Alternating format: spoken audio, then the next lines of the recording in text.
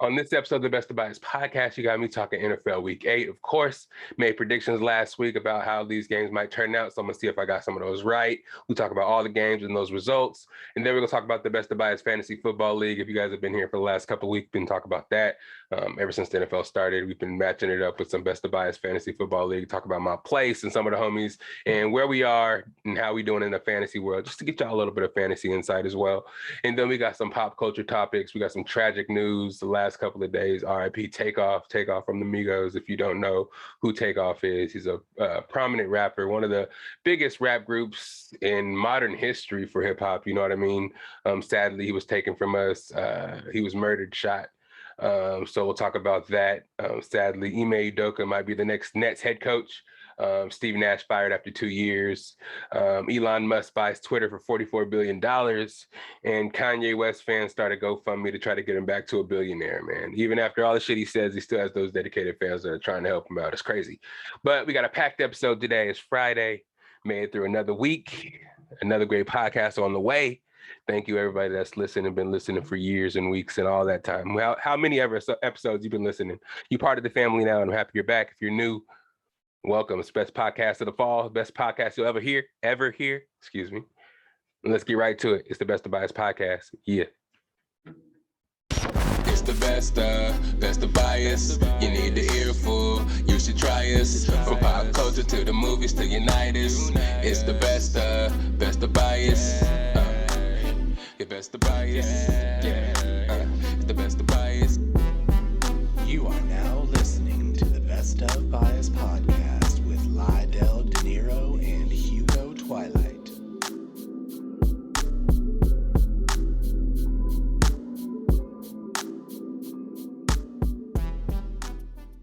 Welcome in, everybody. It's time for another episode of the Best of Bias Podcast, starring yours truly, Lydell Dinero. If you did not know, if you're new to the podcast, hey, the Best of Bias Podcast is where we bring anything y'all want to talk about to the table. Bring your bias to the table. We may talk about it. You never know what we're going to be talking about it, but if it's your bias, you bring it to the table, we talking about it. Sports, pop culture, movies, science, goddamn, whatever. We're going to talk about it. But for today, in the last 7 weeks, I mean, we've been talking about NFL. We've been talking about fantasy football and some pop culture sprinkled in at the end. So that's kind of how it's going to go today. Same old. We'll get into the NFL Week 8 games. You guys know what I predicted last week. Y'all been keeping track for me like all 7 weeks before. You know what I'm saying? Keeping me true to form. But hopefully I got all those right. But we're just going to jump right into these results, starting with the goddamn Buccaneers, man. I talked about it last week. I put the episode out before they played, and I was a little bit scared of the result and what it might be. And I mean, I can see why. Our offense is fucking broken. Excuse me, children, if you're in here, you might want to put these earmuffs on. I'll put the explicit tag down there for a reason, especially if you're going to talk about the Buccaneers first. I don't know what's going on. We can chalk it up to injuries. We can chalk it up to a short week. Whatever it was, whatever it is, it did not work out good for us. The last 2 weeks before we lost to Carolina and the Carolina Panthers and the Pittsburgh Steelers, who were the bottom of both divisions, the bottom NFC, bottom of the AFC. Our offense was broken, can't score in the red zone. Offensive line is hurt. DBs are hurt. We can't stop the run. We were known for stopping the run in the past 3 years. For the past 3 years, been the top run-stopping team. Can't stop the Pittsburgh Steelers, who have no kind of line. We can't stop the Carolina Panthers, who just traded Christian McCaffrey to the Panthers. It doesn't make any sense. And then we're going to try to play the Ravens, who's better than both those teams, on a short week. I already knew we were kind of destined for disaster. But like I told you guys when I was recording on Wednesday, I was hopeful. You know what I'm saying? The Nuggets and the Bucks played in succeeding days. The Nuggets did end up winning that day, so I wasn't too mad about it. But the Bucks losing 3 in a row now, it's just getting to a point where I don't understand what's going on. All the good teams are bad this year. All the bad teams are good this year. The league's is upside down. We're in the upside down officially. I don't know what the hell is going on, but let's get into these stats. Lamar Jackson, 27 for 38, 238 yards, 2 touchdowns, 9 rushes for 43 yards. Gus Edwards had his way, 11 for 65 yards until he got hurt. Drake London went 7 for 62. Isaiah Likely, who really got off, 6 catches for 77 yards. Mark Andrews got hurt in the game, so he had to come out. They brought in the rookie, and he just ate our defense up. We were missing Carlton Davis, Sean Murphy-Bunting, Antoine Winfield, and Logan Ryan. All our DBs were hurt. We've been missing Akeem Hicks from the beginning of the season, another big boy we signed to try to stop the run. He wasn't playing, so it's just been a rough time kind of watching the Buccaneers play. And then after trade deadline passed and we didn't make any trades to bolster. Actually, also in this last game, we had Shaq Barrett tear his Achilles. So we're down an outside linebacker. We didn't sign Ndamukong Suh. We lost JPP in free agency. So our team is just decimated and we're looking bad on offense. So I don't know what's going on. We got the Rams playing. We play the Rams next week, which I'll talk about later, or this weekend, which I'll talk about later. And they're kind of decimated as well, doing bad. So I'll get into those predictions later, but it's just kind of sad to see the Buccaneers lose like this after coming off the Super Bowl 2 years ago and being 13-4 last year. So to see us start off like this is just crazy to see.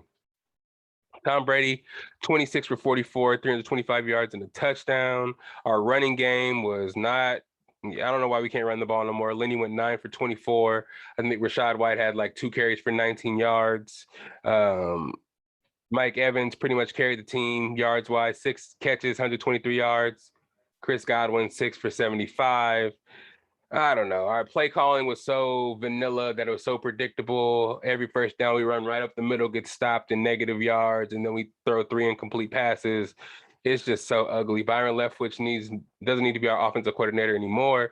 But I mean, just how it was set up last year and how BA kind of passed him down and kind of gave him the reins to try to become a head coach. It's just not looking good for him right now. He's not putting on a good showing. I thought when BA got pushed upstairs, he would actually still do some consulting and maybe some play calling for the team, but I guess he's not doing that.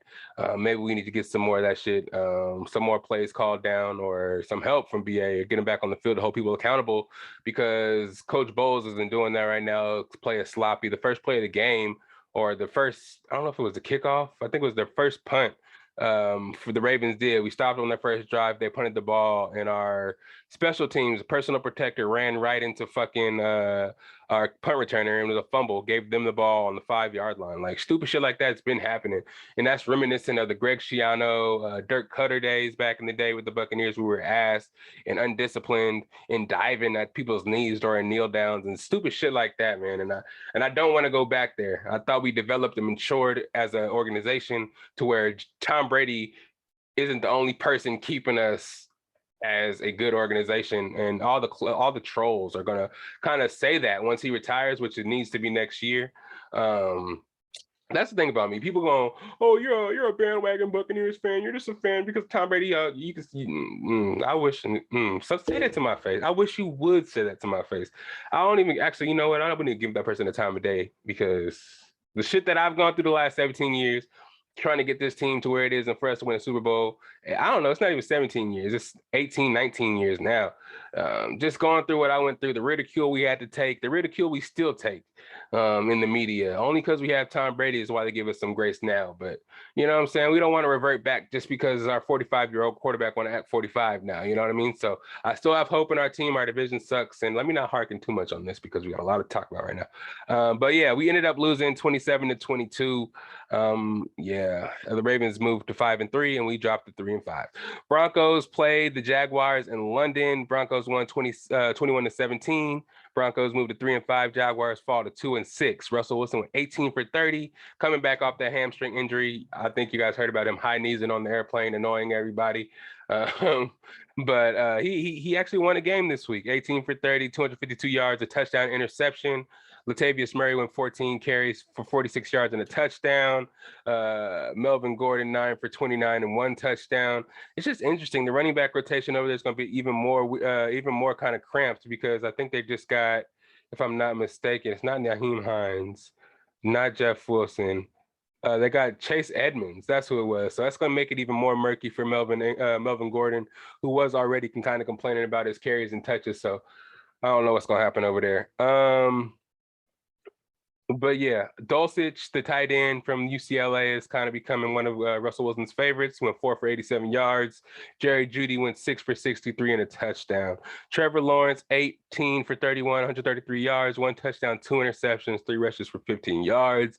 I don't know what happened to the Jaguars. At the beginning of the season, we thought they were actually going to do something. They lost like 3 in a row now in games to where I feel like they could have won. And Trevor Lawrence has made these big mistakes that kind of held his team back when we kind of hyped him up. This is only his second year. I ain't going to count him out quite yet, but it's still been a lot of decisions that he's been making in the last couple of weeks that haven't been too great, haven't been all the way optimal.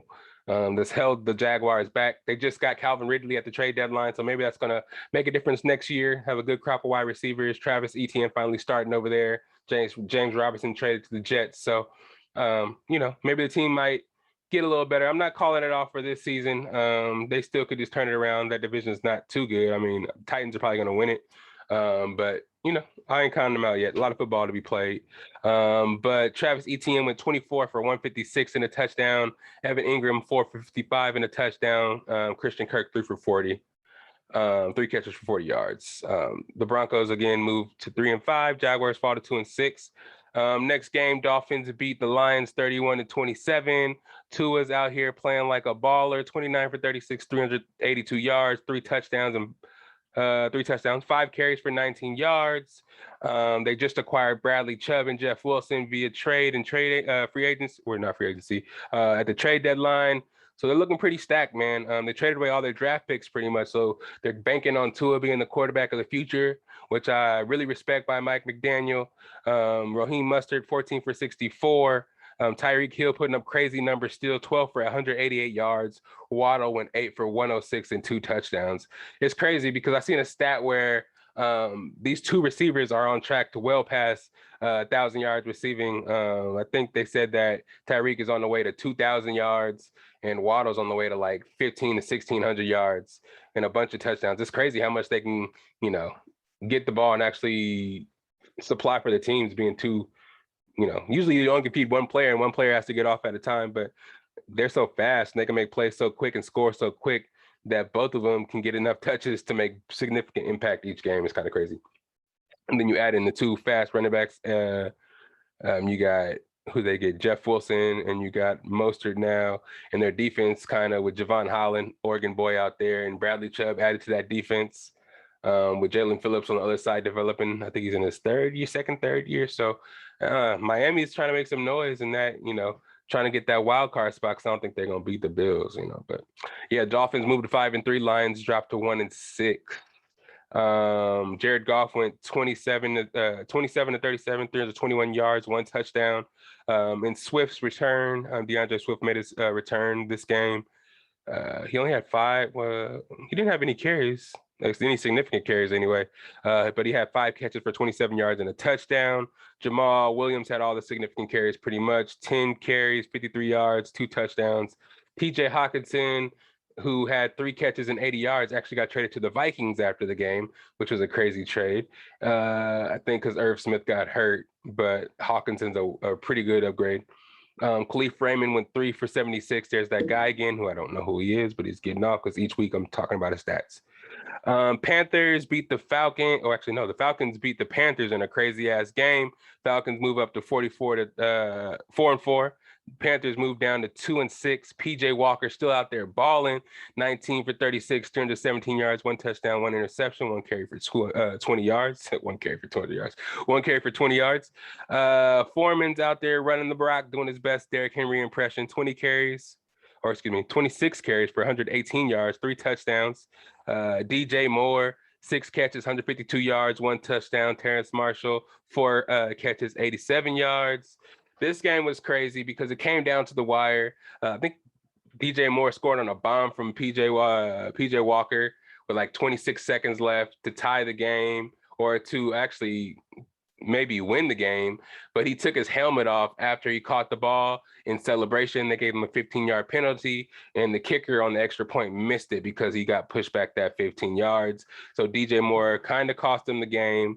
It was 34-34. They ended up going into overtime, and in overtime, the Panthers kicker had another chance to win the game. He missed the field goal. giving Marcus Mariota and the Falcons a chance to get down the field and actually win the game with a Younghoe Koo field goal. Marcus Mariota went 20 for 28, 253 yards, 3 touchdowns, 2 interceptions, which they should have lost, but those 2 missed kicks kept them in the game. 6 carries for 43 yards. Caleb Huntley, their second string running back, 16 for 91. Kyle Pitts actually scored this game. I know people in fantasy were happy about that.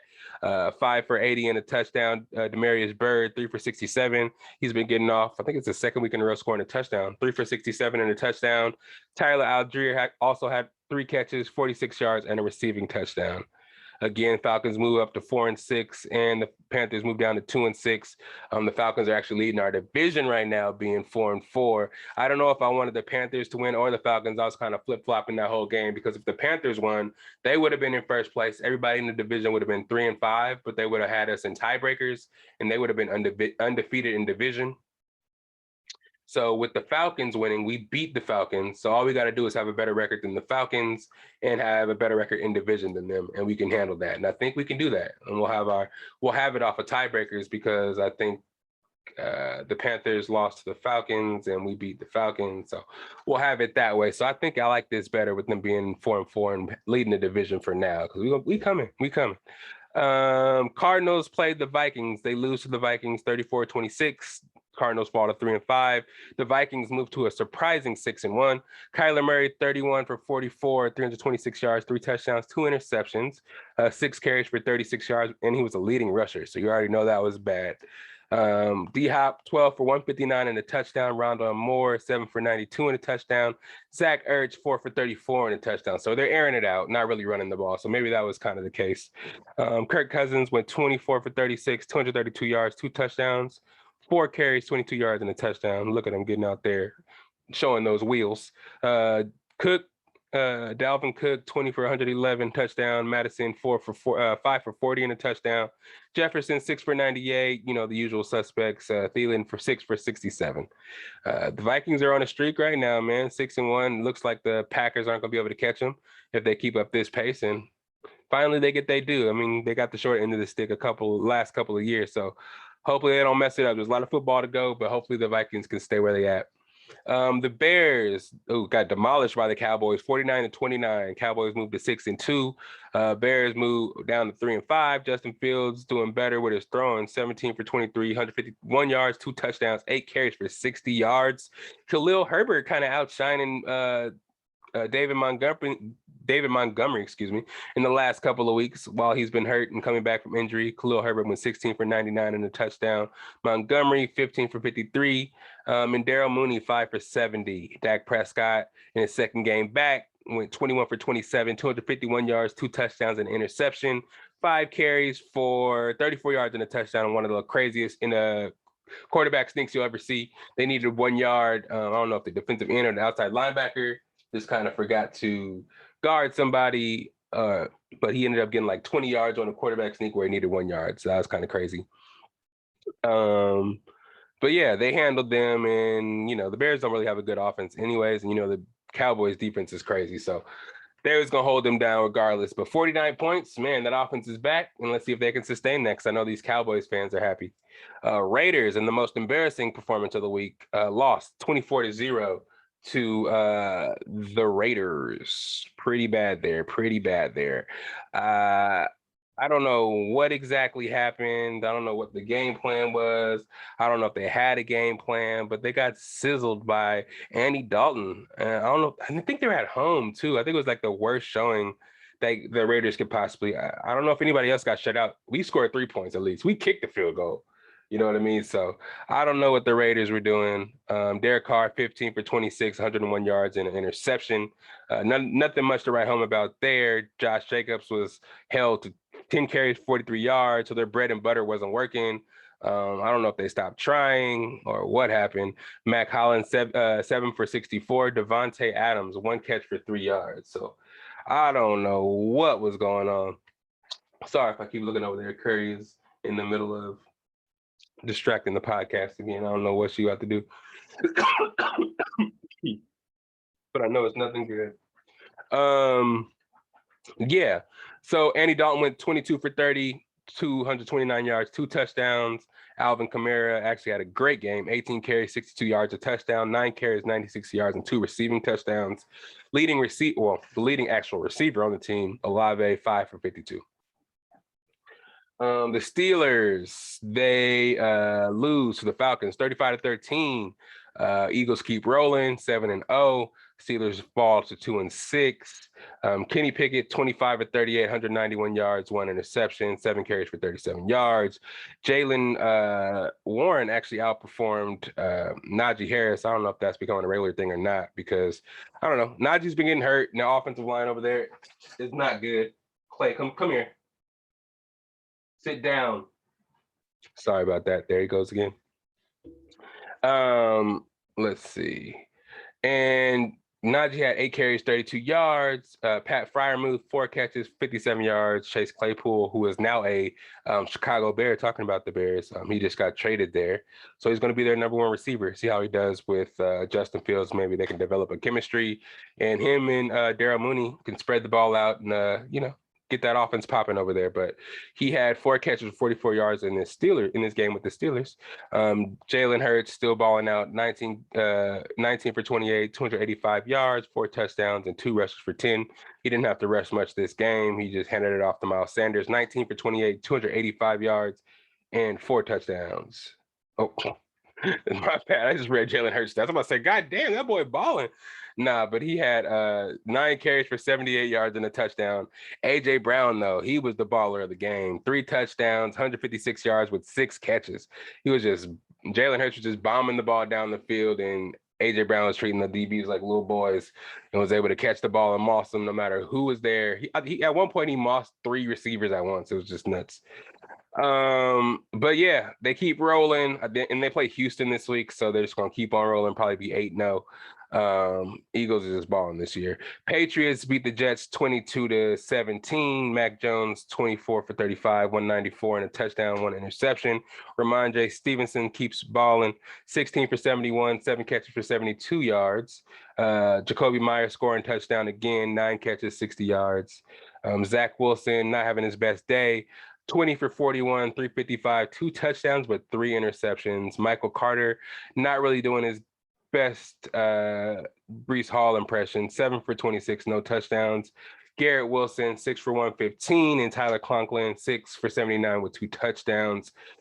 Jets kind of regressing a little bit right now. People are blaming Zach Wilson, saying his development's not quite there yet. He's making high school mistakes when he's in the NFL and should be making starting quarterback kind of second year, kind of more mature NFL plays, but he's kind of hindering the Jets from getting where they need to be. So they should have won this game. They're 5-2, looking at 6-2, and they're letting the Patriots stick around in the division by going to 4-4 now. So Zach Wilson needs to tighten up and help carry his team to the playoffs, because the two New York teams are riding high right now, and it'd suck to see one of them not make it to the playoffs. And speaking of the other Giants team, I'll go here next, or the New York team, I'll go here next. The Seahawks beat the Giants. Daniel Jones, 17 for 31, 176 yards. Saquon Barkley, 20 for 53 and a touchdown. Darius Slayton, 5 for 66. Tanner Hudson, 3 for 58. So not much really going for the Giants there. Geno Smith, though, 23 for 34, 2 touchdowns there. Kenneth Walker scored a touchdown there. So, they had about 21 points, you know what I'm saying? So Walker, 8 for 51, touchdown. He's showing that he deserved the role as a starting running back there. I know, I always forget, Rashad Penny was getting off his first couple of weeks there, but Kenneth Walker was always drafted to be the number 1 back, especially being drafted in the second round. So seeing that he's actually able to go out there and show his stuff, getting over the hernia injury, we'll see if he's able to catch the ball like Rashad Penny is and be effective in the passing game. But as of now, they're just giving him the ball and letting him run with it, and it's being effective. Geno Smith is out there playing like an all-star. One of the best quarterbacks in the league right now. Who would have thought? Nobody thought he would be like that when he was playing for the Giants, and the Giants wish he would have played like that when he was there. But Seahawks have embraced him and gave him a chance, and he's showing out for him. Titans, they beat the Texans 17-10. Titans moved to 5-2. Texans dropped to 5-1. Willis started for the Titans for the first time. this game. He didn't throw the ball much at all. He went 6 for 10, 55 yards and an interception. Pretty much handed the ball off and let Henry and Hillard run the ball to death. Henry had 32 carries, 219 yards, 2 touchdowns. Hillard had 8 carries for 83 yards. On the other side, Davis Mills, 17 for 29, 152 yards, 1 touchdown, 1 interception. Damian Pierce, 15 for 35, 4, and then Brandon Cooks, 4 for 73. Brandon Cooks was in a lot of trade talks at the trade deadline as well. People thought he was going to the Rams. People thought he was going to go to the Cowboys. But he had that $18 million price tag along with his contract. So whoever he got traded to would have to pick up the $18 million. And pretty much that's what held everybody back from trading for him. The Cowboys talked about they were going to get him and stuff like that, but they didn't want to pay that $18 million. And I feel like if they would have signed him and let Amari Cooper walk out of the door, and when they had him for pretty much way less than $18 million, and you let him just walk for a 5th round pick, that would be kind of embarrassing. So I think Jerry Jones wanted to save face that way and didn't actually go through with the trade as well. But yeah, the Titans walked through those boys. Derrick Henry again, 219 yards, 2 touchdowns on 32 carries. That's crazy. Let's go to the Commanders versus the Colts. Commanders beat the Colts 17-16. Commanders move up to 4-4. Colts move down to 3-4-1. Tyler Heineke, 23 for 31, 279 yards, 1 touchdown, 6 carries. For 29 yards and a touchdown, was the team's leading rusher. So Tyler Heineke is coming out there and making the best out of the situation with Carson Wentz being hurt with that hand injury. Terry McLaurin had another game, 6 for 113, and Antonio Gibson got back involved in the game. Coach Rivera actually wanted to get him involved, 7 for 58 yards and a touchdown receiving. Sam Ehlinger started in the place of the retired now Matt Ryan. I don't know if he's retired, but they cut his ass. So I'm assuming that they'll say retired rather than him just being outright cut, because that's a little embarrassing. 17 for 23, 201 yards. Jonathan Taylor came back, 16 for 76. That man hurt his ankle again at practice, so he might be out again another week. Nyheim Hines got traded to the Bills, though. But in this game, he went 5 for 20, 1 touchdown. Yeah, he's going to be a Bill and take up those catches. I don't know if James Cook is just not performing, but they wanted another pass catching back over there to supplement Devin Singletary over there with the Bills and give Josh Allen another weapon. So they traded Nyheim Hines. Alec Pierce went 3 for 65, and Michael Pittman went 7 for 53. 49ers beat the Rams 31-14, and that game wasn't really close at all. The 49ers moved up to 4-4. Rams dropped to 3-4. Jimmy G went 21 for 25, 235 yards and 2 touchdowns. The story of the game was Christian McCaffrey, who had the triple crown in that game. He rushed for 18 carries, 94 yards and a touchdown, 8 catches for 55 yards and a touchdown, and he had a 30-yard touchdown pass. So 3 touchdowns he was responsible for in the game in 3 different ways. The first time since, was it LT? I'm not too sure who else did it. I don't have that exactly right, but yeah, it was pretty epic and pretty interesting to see. Brandon Ayuk went 6 for 81 and a touchdown. George Kittle 3 for 39 and a touchdown. Matthew Stafford had a terrible game, 22 for 33, 187 yards and a touchdown. The offensive line is obliterated in playing against that 49ers defensive front. It really showed. Matthew Stafford didn't really have time to throw the ball. He was making errant throws, and it just didn't really look that good. They're probably going to look good against us because we always make everybody's team look good for some reason this year, and I don't really appreciate it. You know what I mean? I'm hoping that we come out here and play against the Rams the way everybody else played against them, but I'll get to that when we do the predictions. But yeah, the Rams look bad. They didn't really have a running game at all. They're going through some shit with Cam Akers. I don't know if Cam Akers wants to be traded. He didn't get traded at the deadline. So the team is trying to get him back ingratiated, but he wants to be gone. They have some guy named Kyron Williams, I guess, some River Road or some crazy running back name. They still got Darrell Henderson, but I guess he's not good enough for them. He doesn't get the big workload like a lot of the running backs did, like Todd Gurley or anything like that. I guess he's not that type of running back, but yeah, not much happened in the running game at all, so it's nothing really to talk about there. So Cooper Kupp had 8 catches for 79 yards, 1 touchdown, and he did hurt his knee in the game, but he said he's going to play for the Buccaneers game, which I think is kind of crazy. I mean, if your best receiver and your only weapon is out there hurting, limping around, I wouldn't try to get him out there against a team that's probably going to try to hurt him even more, because trying to get revenge for last year, and just for the fact they know if he's hurt, you'll have no other weapons to hurt him. So why not? I know I'm not talking about no bounty stuff or nothing like that, but I'm sure teams talk about and know other teams' best players' ailments and try to attack those ailments. Just kick them on the hand if you have a hurt hand, kick them in the ankle if they have a hurt ankle. Little things there to bother those injuries, not necessarily severely hurt them, but just let them know that it's going to be tough to play with that injury. So you might want to take a seat. Next we had the Packers and the Bills on Sunday Night Football. Packers lost 27-17. Packers fall to 3-5. Bills move up to 6-1. Aaron Rodgers went 19 for 20. Is that right? Yeah, he had a pretty accurate game. 203 yards, 2 touchdowns, 1 interception. Aaron Jones, 20 carries, 143 yards. AJ Dillon, 10 carries for 54 yards. I think he hurt his knee in this game. I'm not too sure, but I think I heard that. Joshua Dobbs, 4 for 62, 1 touchdown. Samari Toure, 1 catch, 37 yards and a touchdown. Pretty much it was all Bills. The Bills made some crazy turnovers in the second half, which kept the Green Bay Packers around, but pretty much the game was pretty dominant by the Bills. Josh Allen went 13 for 25, 218 yards, 2 touchdowns, 2 interceptions, 6 carries for 49 yards. Devin Singletary, 14 for 67. Isaiah McKenzie had a couple of carries for 1 touchdown. Stephon Diggs doing his thing, 6 catches, 108 yards and a touchdown. And again, they got Nyheim Hines in a trade, so they'll have him to go against the team they play next week. And then lastly, on Monday Night Football, we had the Bengals get demolished by the Browns, 32-13. Bengals going to 3-5, and the Browns going to 3-5, and the Bengals falling to 4-4. Joe Burrow went 25 for 35, 232 yards, 2 touchdowns, 1 interception. They got pretty much whooped. They only scored touchdowns in garbage time, to be honest. The Jamar Chase injury is actually affecting them more than we thought. He's going to be out for 2 to 6 weeks with an injury. I don't know exactly what the injury was. It might be an ankle. A lot of ankles this year. But, him being out is just really showing. Joe Mixon went 8 for 27 yards. T. Higgins had 3 catches for 49 yards. He mossed that DB for the Browns DB for that touchdown. He did score. Tyler Boyd went 3 for 38 in the touchdown. Jacoby Brissett had a day at home over there in Cleveland, 17 for 22, 278 yards and a touchdown. Amari Cooper didn't have such a good day passing. He had 1 pass for 1 interception. In the press conference, he was like, yeah, I don't think I should be throwing the ball no more. No more trick plays for him.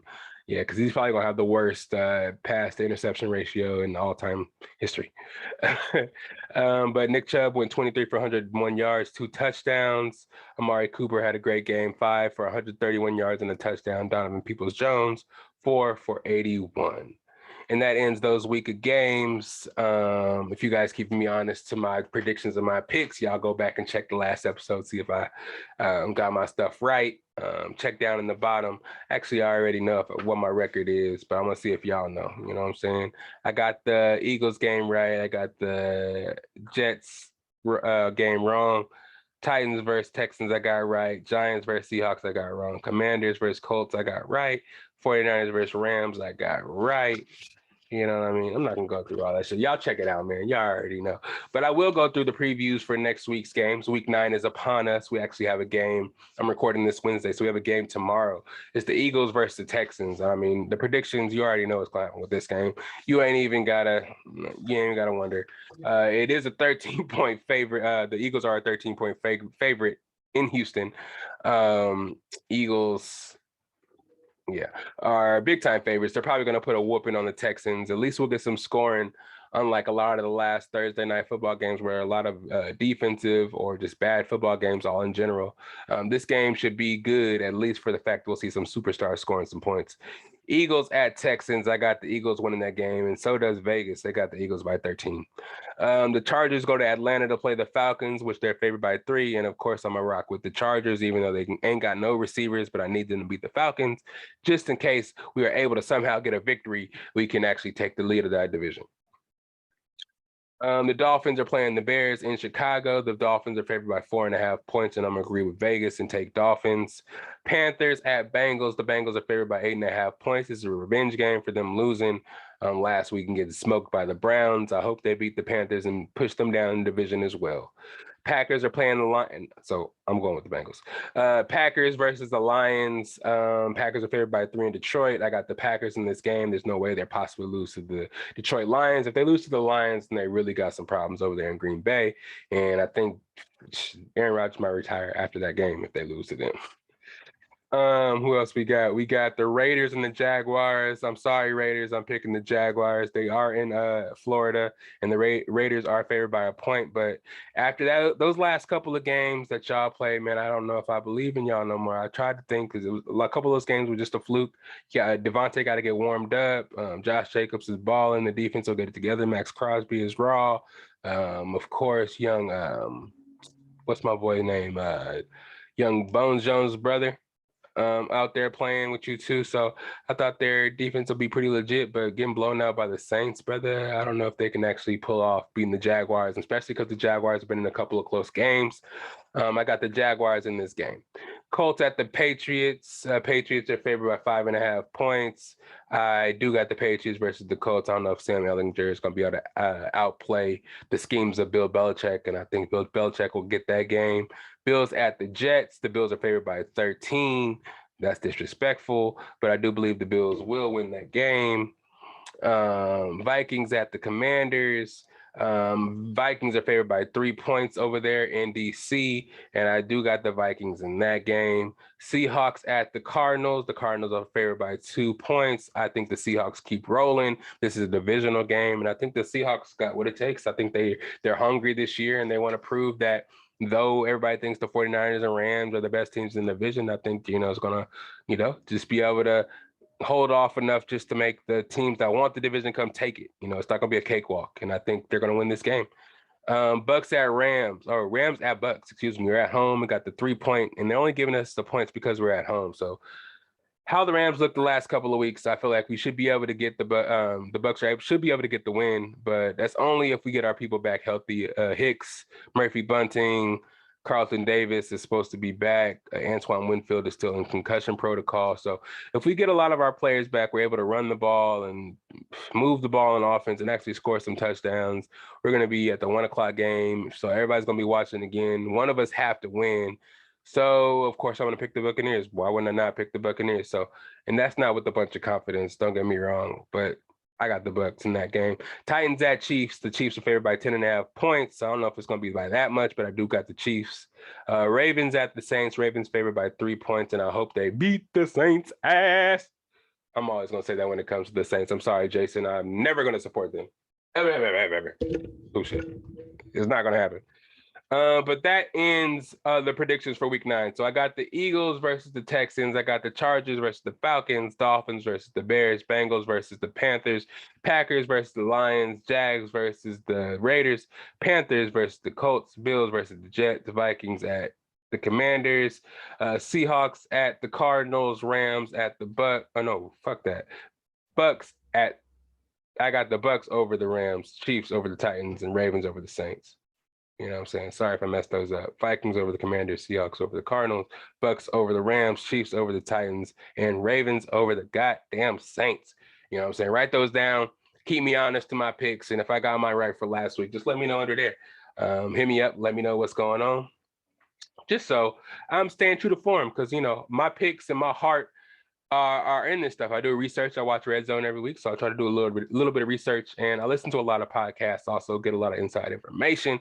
So I like to let you guys know what I know. If you guys want to make bets, don't take my word as gospel, like I always like to say as a misnomer, a precursor, because I'm not saying it's gospel. I'm just saying what I noticed. So if you think like I'm thinking, you think we're on the same page, go bet. You know what I'm saying? But don't take my information and say because of me I lost you some money. If you want to give me some money when you win, that's a whole nother story. But I'm just saying. Best of Bias Fantasy Football League. We can talk about that a little bit.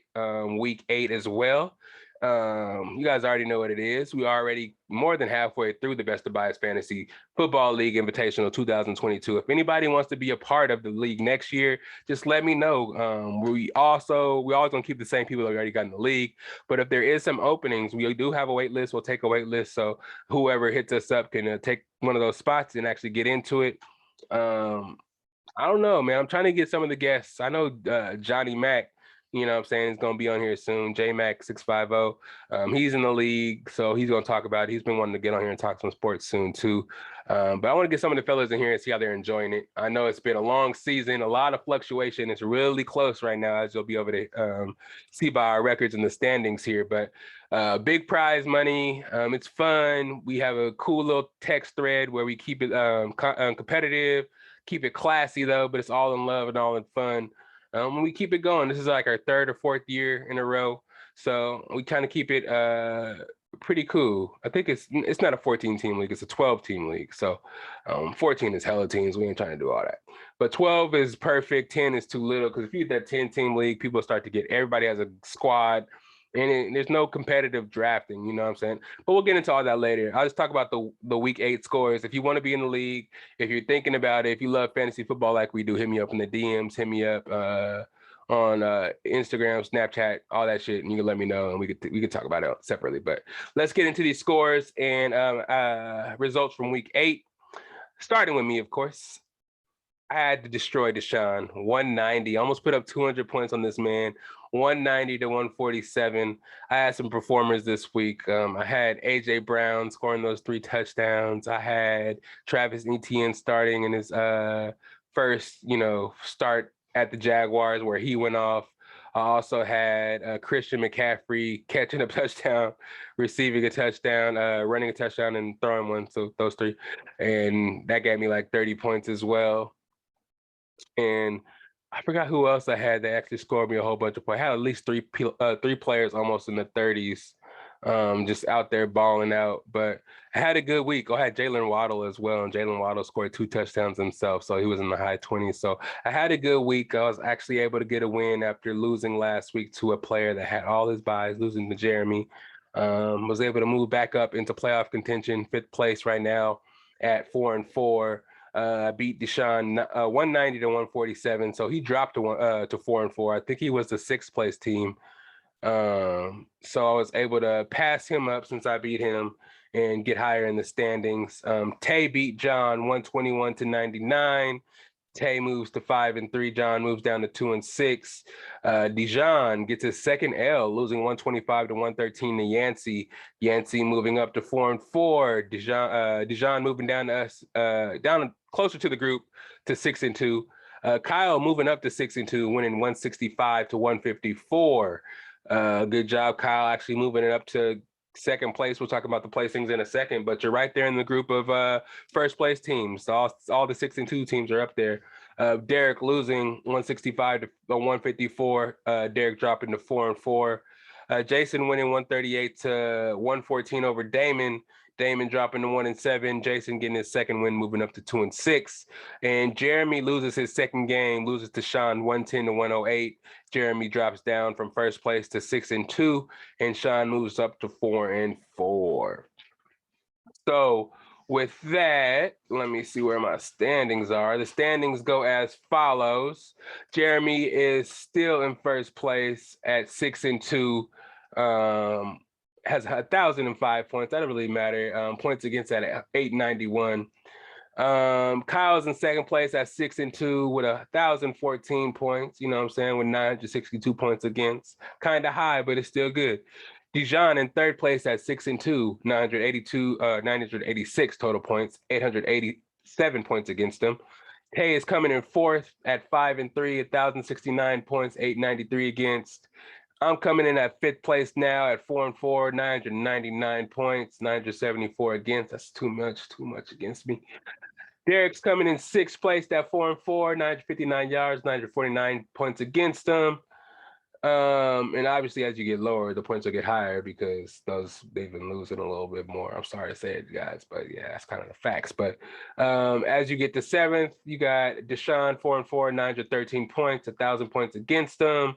Sean's in 8th place, 4-4. A lot of 4-4 teams. We have 1, 2, 3, 4, 5 4-4 teams. So this is really close.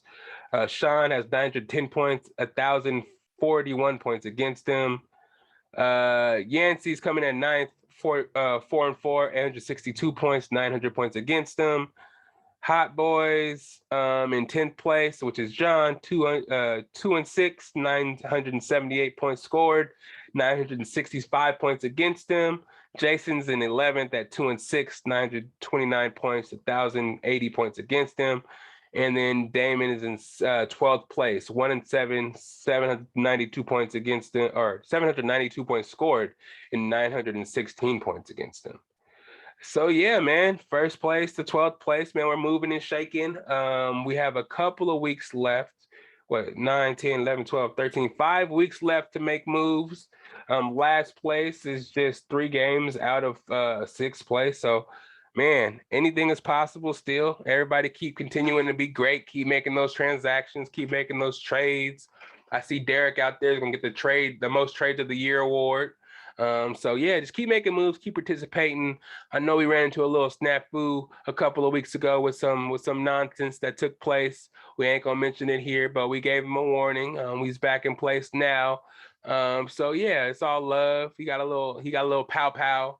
He lost those players, but he's back and trying to compete, and that's what I like to see, the competitive spirit, and he hasn't given up all the way. You don't know what can happen, you know what I mean? So keep striving out there, keep playing, and again, if you want to be in the Best of Bias Fantasy League at some point, maybe not this year because we're already mid-season and the season's almost over. Yeah, man, just holler at me. If somebody drops out, we'll have a place for you. If you want to invite me to any leagues, I'm always trying to win some money, trying to win somebody's league, even if it's free. I'm down to participate as well. I'm down to dominate y'all draft because I pride myself at being a good drafter. I may not win every year. I win a lot, but I do pride myself in being a good drafter. You know what I'm saying? Getting out there and grabbing the best players. You know, injuries do happen. So even if I do grab the best players, sometimes they get hurt and I won't win, but if you want me in your league, holla at me. I'm for sure down to sponsor it, down to run your league. Just let me know what's going on, and we can do it. We can do it. But that's it for fantasy right now. We got a couple of pop culture topics here. Let's see if I can find them. We'll just jump right into them. No need for a commercial, even though I kind of feel like we do need a commercial before I jump into the somber topic. Yeah, let me jump into a commercial break real quick. Let's do a commercial. Let me get some water. Let's get a little hydrated. Hydrated. See what I did there? Whatever you want to do. I ain't no judge, you know what I'm saying? Yeah, I ain't no judge of character, but I'll be right back with y'all. We're going to talk some TakeOff. We're going to talk some Brooklyn Nets, Elon Musk, and we're going to end with a little bit of Kanye talk and maybe some Michigan football brawl fight talk, but I don't know. But we'll be right back. It's the Best of Bias podcast. It's your boy Lydell Dinero, and it's Friday, y'all. Yeah.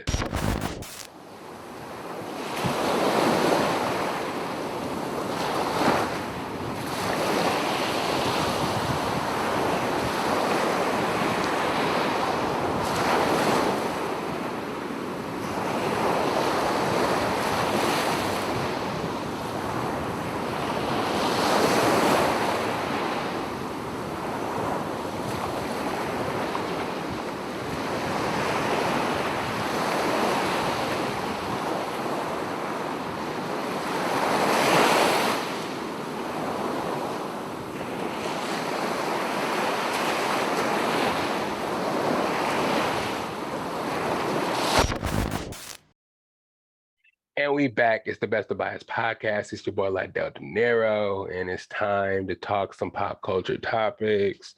You know what I mean? It's time for pop culture's favorite segment of the day. Excuse me. People's favorite segment of the day, man. I like to talk my sports stuff. I like to talk my music stuff.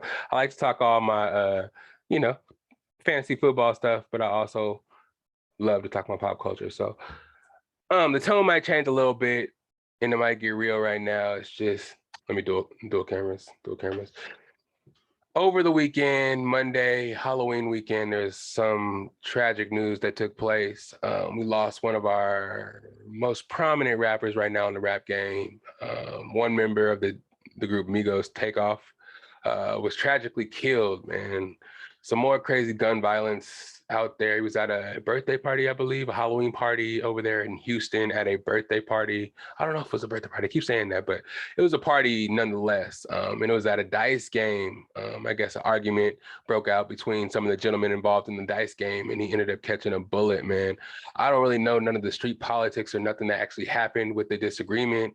Nonetheless, it was another rapper taken from us way too young, 28 years old.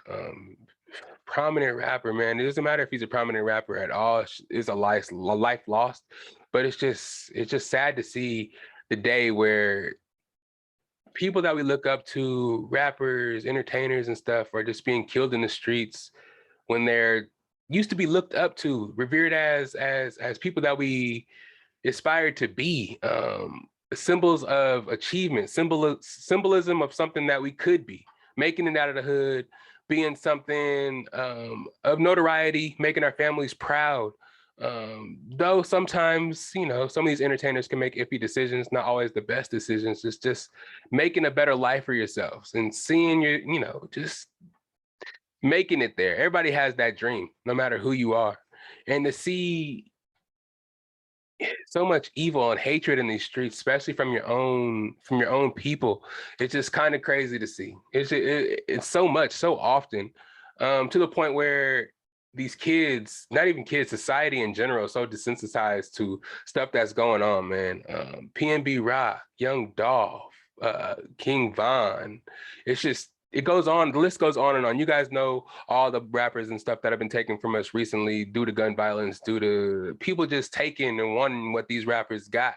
It's just, being a rapper just puts a target on your back. It's just like, I've seen a lot of rappers say that being a rapper is one of the most deadly professions right now, just because people want to be you so much and want what you got so much, and they don't have it, especially in this time in America when so many people have without, and they want what those rappers got. They're willing to kill them for it. And it's just happening over and over.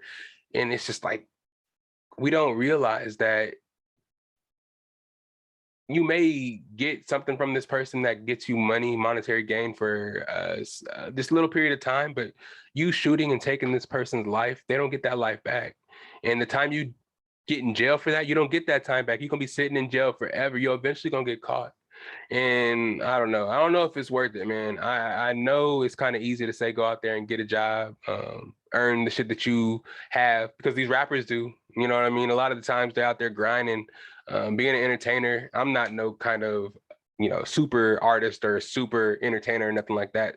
So I can't tell you what it's like or what it took to get there, but I know the grind is hard. I know you have to do so much to get where you are, especially in the entertainment industry. Everybody don't get a shot. So to be able to get that shot, you do see these people grind to get there. And so people that have the mindset that I'm just going to go take what that person took forever to grind and earn, and I'm going to take their life at that, not thinking about their family, not thinking about the people that you're affecting just for a couple of dollars. It's just wild, man. And it goes way deeper than that. I know there's a whole bunch of street shit involved. I know it's like a really hush hush right now because there's words that it could have been his own people.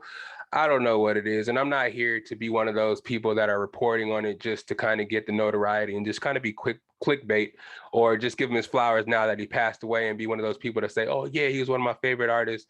I did really like TakeOff, you know what I'm saying? But I'm just saying, this ain't that. I'm really here to pay my respects and just reveal my disappointment for the shit that keeps happening in these streets. I'm no street person at all. I'm no kind of, you know, I would never say I'm in the streets and I know how the street politics work or should work or anything like that, man. People might make fun of my lifestyle. You see what I'm rocking back there. I got the Funko Pops and I'm sitting here podcasting, talking to the fam, talking to you guys, you know what I'm saying? People might think that's not the coolest, the most hip thing to do in the world, but you never know what's going to happen out there in these streets. Everybody ain't got your best intentions in mind. You know what I'm saying? Even if you aren't the person in the argument or in the scuffle, and the bullets have no names. People don't know how to shoot out here. They out here shooting everybody and anybody that's in the way. And TakeOff is one of those people that were a victim of that. You know what I mean? Because he was always out there. You barely heard him talk. He was the one in the group that you kind of wanted to hear more from because he is so quiet and didn't really, sorry guys, dual cameras. I'm gonna be looking this way a lot, but I'm gonna be back to y'all, don't worry. He's one of the ones that you look to kind of hear more from because you don't really hear much from TakeOff. But man, he was just in a situation, wrong place, wrong time. And it's just tragic to hear, man. It's just tragic. And I know, you know, it's kind of sad to say, like, okay, we hear about other lower ranking rappers. I don't want to say lower ranking rappers because, again, a life doesn't matter who you are. Life being taken away is wrong no matter what. But I'd never thought we'd see today to where the most prominent prominent people in a certain industry are just taken from us so easily, and they're so obtainable to where people can just touch them and just take them out like that. It's just wild. And the repercussion for it, I don't really see one. Usually, it takes a while for them to catch the people who did it. And then when it comes to doing that, it's just another black man in jail, because it's always your own people. It's always a black person killing another black person, especially in this rap community. You never hear about this in the pop or the country community, people treating each other this way. We saw Boosie on his Instagram talking about how sad he was and how being a rapper is just not worth it anymore, because just being in that genre, it just seems like a death warrant. And it's just crazy. And I just wanted to kind of I don't want to talk too much about it, harp too much on it. I just wanted to pay my respects and say RIP to TakeOff, man. I know Quavo's going through it, and I know Offset, Quavo, and TakeOff are going through some stuff, and the group broke up.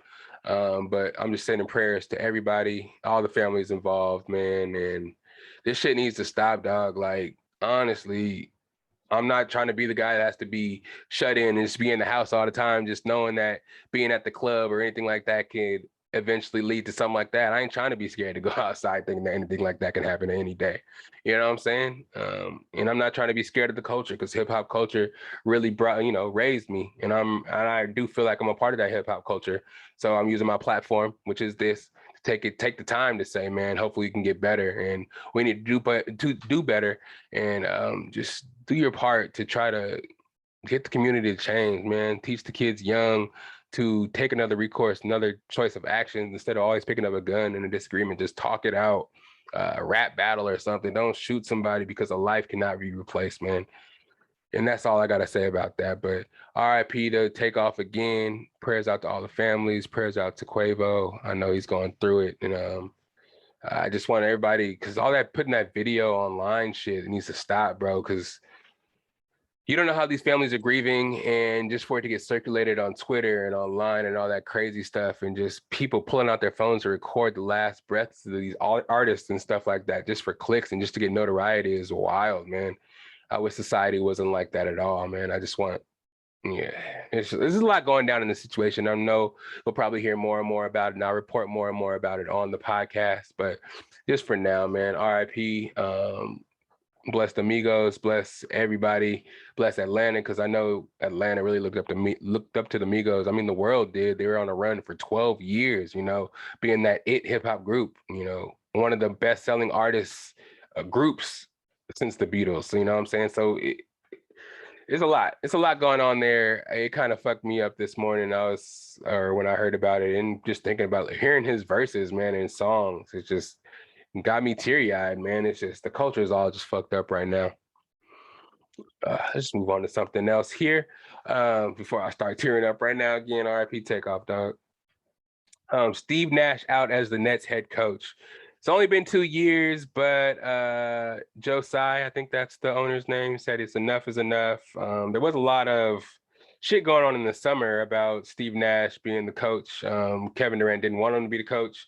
And he was like, if you want me to come back, Steve Nash had to go. I forgot the GM's name, Steve Marks or something like that, something Marks. But yeah, pretty much they were like, nah, we're standing with Steve. We're not going to let him go. And KD, you ain't going nowhere. You're under contract. And nobody wanted to trade for Kyrie. So basically they ended up coming back. But it's just kind of weird for them to still fire Steve Nash after trying to take that stance to where, oh, yeah, we're not going to trade anybody. We're not firing any coaches. We're going to stay pat. It's kind of like just a dick measuring contest at that point. And for him to go ahead and fire Steve anyway, it's just kind of like, okay, yeah, you were just trying to save face and not look bad and concede to what KD was saying. But they are 2-6 or some crazy shit right now. So changes did need to be made. They're supposedly hiring Ime Udoka to be their replacement coach. He has been famously suspended for having like sexual relations with somebody, a lower ranking member, or like, not a member of the team, but like a worker within the organization. So he was suspended from there. And at first they're saying they suspended him just so he couldn't get poached and hired by other coaches, because if he was fired, he'd be able to get hired by any coaches and get paid somewhere else. But now that he's suspended, I guess the Nets are still able to talk to him and hire him as coach. The whole situation doesn't make any sense to me. It's all kind of weird, and it doesn't really matter much because the team is kind of fucked up right now anyways. Kyrie is on his anti-Semitic Kanye shit. promoting books on Amazon that is offending a lot of people, and he's taking stances against it and just trying to be the smartest man in the room again, which is affecting the team. And you saw what happened to Kanye West. So the same thing effectively could happen to the Nets organization or Kyrie Irving in general. So the team is all in flux because of that. And then you have the team playing bad, KD not playing no defense, team not playing well together at all, Ben Simmons not playing really well at all. So I'm not too sure if Ime Udoka is going to actually turn that around. I guess he was an assistant coach on the bench for the Nets when Kyrie Irving and KD first got there, and he was a assistant coach for the Sixers when Ben Simmons was there. So they feel like he can turn it around and actually get in the guys' heads and actually get them in a team-oriented nature and stop thinking that they're the coaches and get the team back on track. But I don't know what kind of precedent it actually sets, because you're firstly accepting a player back, letting a player pretty much try to run the team from within, which is KD, getting caught trying to do that, getting called out and still succeeding to what he says. Then you have Kyrie Irving, who is saying anti-Semitic shit and backing up his claims and then not getting suspended or any kind of discipline. And then you have a coach who was suspended for having misconduct within the organization. And then rather than have him be suspended and kind of take recourse for his actions, you're giving him pretty much an upgrade because he wanted to be there anyways and giving them the right to be head coach of KD and Kyrie and this team that has potential to be great. So it just kind of reinforces a lot of bad habits within the organization. And a lot of people are in an uproar about kind of what Kyrie has going on. And for them kind of like firing Steve Nash and hiring Ime Udoka, it kind of seems a little sleazy. So that organization is going through a lot right now. And I don't think this is the year they turn it around and just all of a sudden win the championship. You know what I mean? I think the Eastern Conference is still going to be ran by the Sixers, probably Sixers, Bucks, Heat. And I mean, the Celtics still have a squad. I don't know who's going to actually be coach. I don't know if Brad Stevens steps back down and actually becomes the coach again, or they find somebody else. But I don't know. The Nets are just kind of crazy right now. And I don't really think they have a shot to actually do anything. I mean, I don't think Ime Udoka is going to magically make Kyrie Irving and KD play defense. So I don't know what they're going to do in the standings. They're pretty far down right now. And I don't know if they're going to be able to catch some of the good teams at the top seedings. And I think they'll probably get beat early in the playoffs again. Moving on to Elon Musk. Elon Musk buys Twitter for $44 billion. This happened recently. All I know is he made the Dogecoin go up. And if he can make that shit go up to like $10, $100 a coin, I'd appreciate you, dog. I appreciate you. But buying Twitter has caused a lot of ruckus because firstly, it's $44 billion. And people don't really know how you monetize off of Twitter anyways to make it worth $44 billion. So people are kind of looking at him sideways for doing that.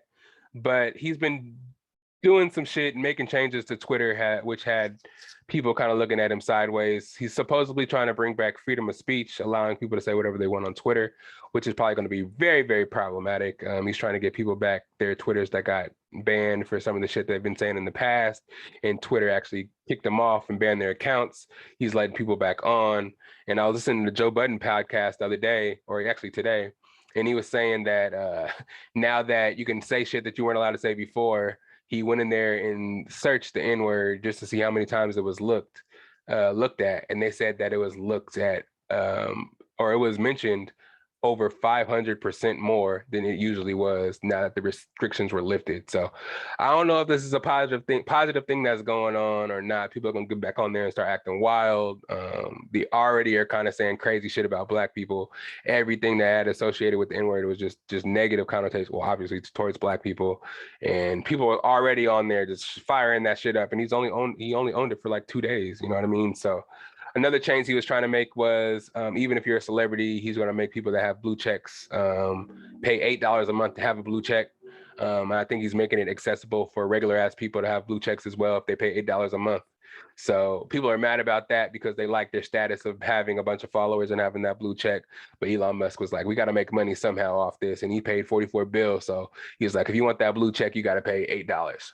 So $8 ain't hella money. So I don't know why people are tripping about that. It's the more of those elite people who are tripping off the blue check that want to be better than other people and have a blue check, and other people not have a blue check because they want to be cooler and more popular.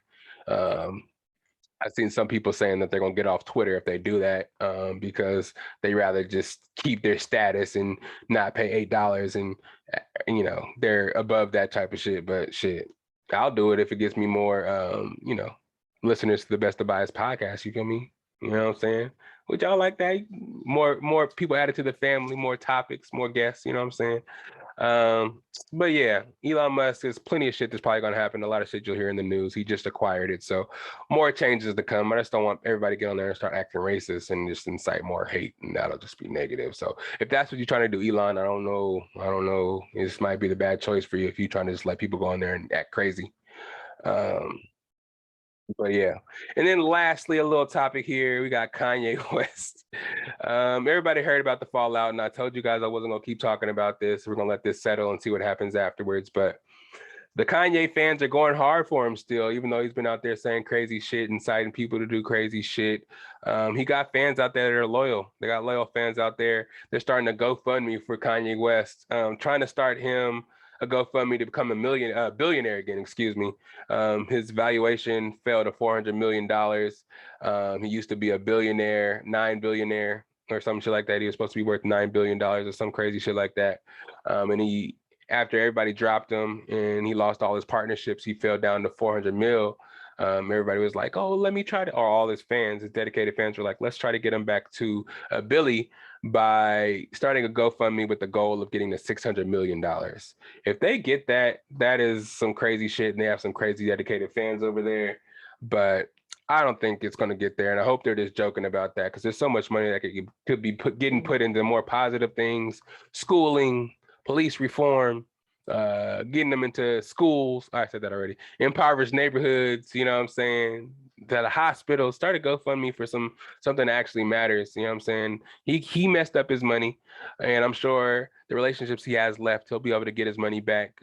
Don't change your life or waste your time. Take time that you can't get back trying to change somebody's life that don't care about his life by saying the shit that he said in the first place. I'm sure he cares about his life, but if he cared about his money, he wouldn't have gone out there and fucked it all over. So you worry about your money. If you already started, and if you're that dedicated to getting Kanye West back on his feet, do your thing, player. But he needed that, that money taken away for him to realize that he is no better than the average human being. He has to respect people. You can't go out there talking shit about people, go out there talking about religions, talking shit about race, talking shit about people's families and generation of torment that they've experienced, and saying that it didn't exist and it's not real.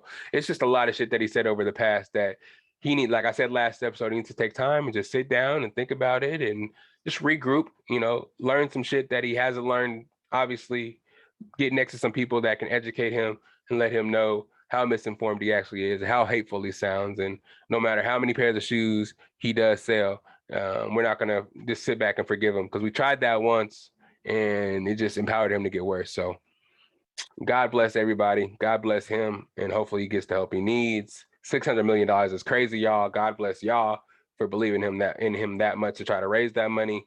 And I hope you guys get a little something, but not no 600 million. That need to go somewhere else. But that ends all the topics. But I do want to show y'all a little something. Sorry for audio listeners. I'm holding up some of the new merch. We got new beanies, man.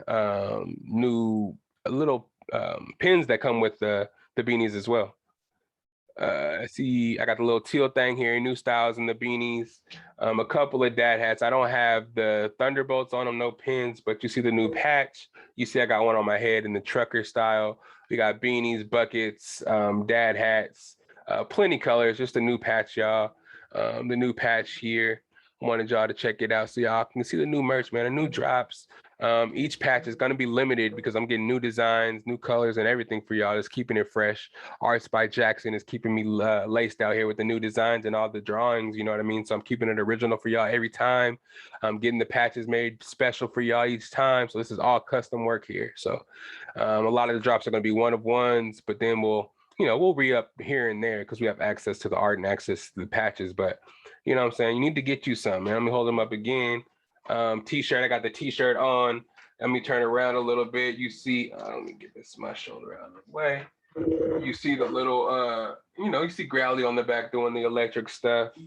Um, yeah, a couple of hats here again. The dad hats, distressed. A lot of good stuff. I mean, we've had a lot of people in Chico and a lot of my local areas inquire about them and grab a lot. Actually, I passed out a lot and sold a lot. So get you some Best of Bias gear today. Hit me up in the DMs. The website's coming real soon.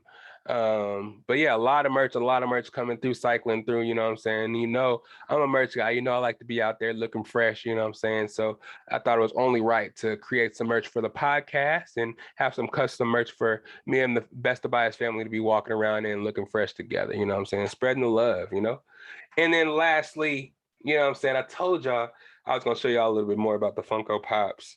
Damn, there's always glare because I have these protectors on. Let me show you some of the new ones I got.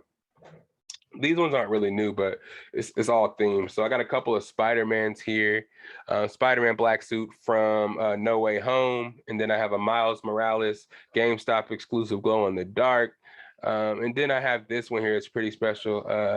I got that Blade special edition 2021 share sticker Comic-Con. Man, this culture, man, I just keep getting them. You guys see in the background all the pops I have on the wall. I am going to have a Funko Pop episode just so I can explain to y'all how I got into it. Some people that are actually passionate about it as well. I know Big Shark Kicks, who supplies me with a lot of the kicks that I get. You see him on the Instagram as well. He collects pops. I just want to get some people on here to talk about, what the community is. Some people think that the pops are just kind of like a dying community. It's like you're gonna get all these pops and all the value on them. It's just gonna one day just fall and they're gonna have all these toys at your house that are worth nothing, man.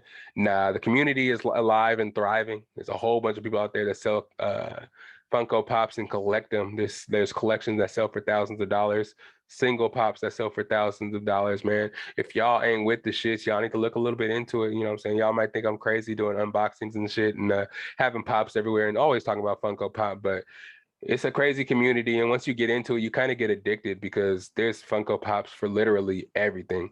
Sports, any pop culture, any movie, any musician. Musicians, actually, they're just now kind of more so getting into it. But movies, any movie you can think of, they probably have a Funko Pop. It's kind of crazy to think about. And the more and more nostalgic, the more and more sought after they are. We have, Nickelodeon stuff, Cartoon Network stuff, all old movie stuff, video game stuff. It's just kind of crazy, but I'll save that for another episode. Guests coming real soon. Actually, this is the part of the episode where I like to let you guys know where to find me at. You know what I'm saying? But there is guests coming real soon.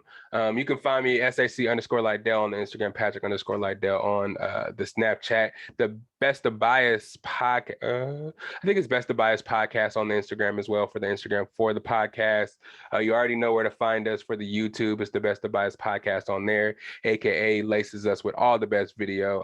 I know a lot of the listeners listen to the podcast through the video on YouTube. So don't be afraid to hit a like on there, add some comments if you want to see something specific, you want me to talk about something specific, you want somebody specific on the pod, don't forget to let me know down there or comment on the Instagram. I post every week with topics or some stuff that I may be talking about to keep you guys informed, to get you guys ready for the Friday episode. So keep looking on there, keep liking, keep subscribing and all that crazy stuff.